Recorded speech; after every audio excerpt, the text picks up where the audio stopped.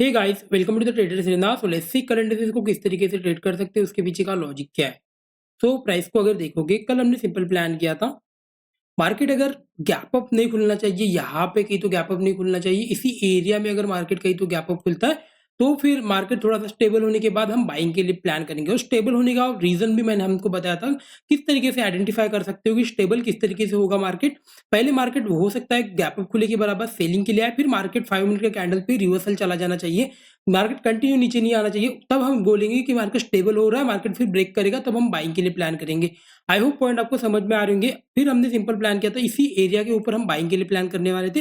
मैंने भी मार्केट यहाँ से जब ऊपर आ, पहले नीचे के साइड मार्केट को आने दिया, फिर उसके बाद मार्केट जब स्टेबल हुआ तब यहाँ से मैंने एक बाइंग के लिए, मैंने भी एक मोमेंटम के लिए प्लान किया था, लेकिन उसके बाद मार्केट थोड़ा सा मूव तो किया, लेकिन एज ऑप्शन सेलर कुछ ना कुछ प्रॉफिट मिल जाता है और मार्केट फिर साइडवेज ही हो गया और उसके बाद कुछ मोमेंटम मिला नहीं। और यहाँ पे मैंने आपको एक पॉइंट बताया था, अगर मार्केट में ट्रेड प्रॉफिट में नहीं है तो बेटर है उसको होल्ड करके लेके मत जाओ।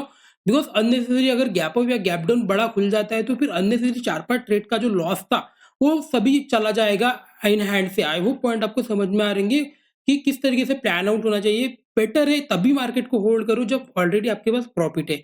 आई होप पॉइंट आपको समझ में आएंगे। तो अभी इसको किस तरीके से प्लान कर सकते हैं, चलो प्राइस एक्शन देखते हैं डेली के में किस तरीके से आपको प्राइस पैटर्न दिख रहा है। सो डेली के प्राइस पैटर्न में अगर आप देखोगे, मार्केट यहाँ पे अभी आपको एक मोमेंटम मिल सकता है। मार्केट पहले नीचे गया, फिर ऊपर के साइड, पहले ऊपर के साइड गया, ट्रेंड चल रहा था, कंटिन्यू नीचे गया, फिर से ब्रेक करने के लिए एम पैटर्न बनाया या वोलेटिलिटी क्रिएट किया यहाँ पे, और फिर से यहाँ से लिक्विडिटी क्रिएट करके मार्केट अभी ऊपर के साइड डिस्ट्रीब्यूशन करने के लिए फेज में आ चुका है। तो मतलब अगर यहाँ से फ्लैट खुला या गैप अप खुला, दोनों कंडीशन में हम बाइंग को लेके ही प्लान करेंगे। सेलिंग के लिए अभी कोई सिनेरियो दिख नहीं रहा। डेली में हो सकता है आपको सेलिंग के लिए मार्केट थोड़ा सा दिख रहा है इसके तरह, इस तरीके से नीचे आता है तो इसके नीचे एक एग्रेसिव सेलिंग आ सकती है। बट वेयर आप 50 मिनट में अगर देखोगे तो आपको प्राइस पैटर्न दिखेगा। तो यहाँ पे अगर आप देखोगे गैप क्रिएट हो चुका है। यहाँ पे अगर आप डेली कैंडल में देखोगे, यहाँ पे एक गैप क्रिएट हो चुका है, यहाँ से लेके यहाँ तक एक गैप क्रिएट हो चुका है। तो मार्केट अगर कल नेगेटिव भी खुलता है तो हाँ, मैं ऑप्शन सेल करना प्रीफर करूंगा instead of option buying. Because यहाँ से अगर मार्केट नीचे आता है तो ये गैप को पहले फील करेगा, फिर ये गैप के पास वोलेटाइल हो सकता है, फिर ये मार्केट नीचे के साइड आएगा। तो कल इतना एग्रेसिव मोमेंटम मिलना थोड़ा इम्पॉसिबल हो जाता है।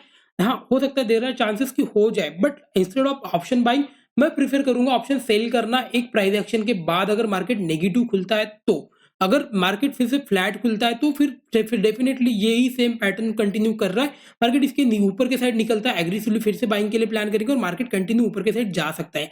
आई होप ये दोनों पॉइंट आपको समझ में आ रहेंगे। तो सिंपल रखेंगे, मार्केट अगर नेगेटिव खुलता है तो ही सेलिंग के लिए प्लान करेंगे, अगर फ्लैट खुला, गैप अप खुला, थोड़ा सा चल जाएगा, कोई इशू नहीं, बाइंग के साइड ही प्लान करेंगे। आई होप पॉइंट आपको समझ में आ रहेंगे। लेट्स सी निफ्टी फिफ्टी को देख लेते हैं। तो निफ्टी फिफ्टी को अगर आप डेली में देखोगे, इसमें इतना इतना अच्छा कुछ खास पैटर्न दिख नहीं रहा है। मार्केट कंटिन्यू ऊपर के साइड मूव कर रहा है, कोई भी अच्छा खासा पैटर्न दिख नहीं रहा है। हो सकता है यहाँ से फिर से और कंटिन्यू थोड़ा सा मूव कर जाए, लेकिन कहीं ना कहीं इसको रेजिस्टेंस लेना चाहिए। बट मार्केट यहाँ पे एक रेजिस्टेंस बनाया था, उसको ब्रेक किया है, लेकिन स्ट्रेंथ नहीं मिल रहा है मार्केट को और मार्केट ऊपर की साइड नहीं जा रहा है। तो कल अगर फिर से फ्लैट खुलता है, या तो इसमें के बीच में कहीं तो खुलता है, तभी जाके मैं एग्रेसिव सेल बाइंग करना प्रेफर करूंगा। अदरवाइज बीच में अगर फिर से गैप अप खुल जाता है तो फिर से मैं इंटरेस्टेड नहीं हूँ इसमें। बिकॉज क्या होता है ना, मार्केट जब भी कंटिन्यू गैप अप खुलते रहता है तो स्ट्रेंथ नहीं मिलता है, फिर मार्केट साइडवेज होता है और बाइंग का मार्केट इसी तरीके से चलता है। तो बेटर है जब भी आप बाइंग के मार्केट में आप ट्रेड करो, आपको ट्रिकी होना पड़ेगा, लोअर एरियाज पे बाइंग के लिए प्लान करना पड़ेगा। आई होप पॉइंट आपको समझ में आ रहे। तो कल किस तरीके से प्लान कर सकते हैं, यहाँ से कहीं ना कहीं मार्केट एक साइडवेज ट्रेड कर रहा है अभी भी। यहाँ से अगर देखोगे, ये यहाँ से आपको एक ट्रेंड लाइन चलते हुए यहाँ से इस तरीके से दिख रही होगी निफ्टी फिफ्टी में। तो अगर कल नेगेटिव खुला तभी मैं सेलिंग के लिए प्लान करूंगा। यहाँ से लेके यहाँ तक एक टारगेट आपको मिल सकता है। तो बेटर है कॉल शॉर्ट ही करना प्रेफर करो। अगर मार्केट फिर यहाँ पे अगर बना रह के फिर से नीचे के साइड ब्रेक कर रहा है, तब एग्रेसिव मैं ट्रेड प्लान करूंगा। अदरवाइज यहाँ से अगर यहाँ तक आ रहा है तो यहाँ तक ही पहला टारगेट, यहाँ तक ही प्लान कर सकता हूँ। आई होप पॉइंट आपको समझ में रही है। वेयर अगर मार्केट फ्लैट खुल के अगर ऊपर की साइड ही ब्रेक कर रहा है तो डेफिनेटली एग्रेसिव बाइंग के लिए प्लान कर सकते हो। फ्लैट खुल के लेकिन ऊपर की साइड जाता है तब एग्रेसिव बाइंग करूंगा। अगर थोड़ा सा गैप खुला चल जाएगा, कोई इशू नहीं, लिटिल बिट। लेकिन बहुत बड़ा अगर फिर से गैप खुलता है तो फिर से मार्केट हो सकता है साइडवेज हो जाए, या तो फिर सेकंड हाफ के बाद ही आपको ट्रेड मिले। इसी तरीके से मार्केट ट्रेड करता है। जब मार्केट बाइंग का होता है तो थोड़ा प्रिकॉशन होकर और स्टेबिलिटी से आपको बाइंग करना होता है। आई होप पॉइंट आपको समझ में आ रहेंगे। लेट्स सी फिर निफ्टी को देख लेते हैं।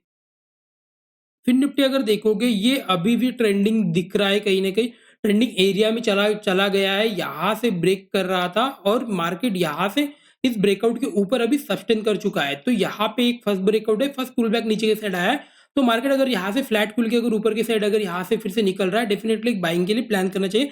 सेलिंग के लिए अगर आपको प्लान करना है तो बेटर है ब्रेकआउट फेलियर कब पता चलेगा, एक मार्केट नेगेटिव यहाँ पे क्लोज करने दो, तब जाके पता चलेगा कि हाँ मार्केट सेलिंग के साइड ब्रेकआउट फेलियर बना रहा है। फिर अगर नेक्स्ट डे से हम सेलिंग के लिए प्लान करेंगे, बट अभी फिलहाल सेलिंग ब्रेकआउट फेलियर है या नहीं है ये कंफर्म नहीं कर सकते, इसलिए मार्केट जब तक ब्रेकआउट डे के ऊपर के साइड जाता है तो बाइंग के लिए प्लान करेंगे। सेलिंग के लिए अगर प्लान करना है एक दिन वेट करेंगे। आई होप पॉइंट आपको समझ में आ रहेंगे। तो वीडियो अच्छा लगा तो well and thank you so much guys. Video अच्छा लगा तो like and subscribe. So thank you so much.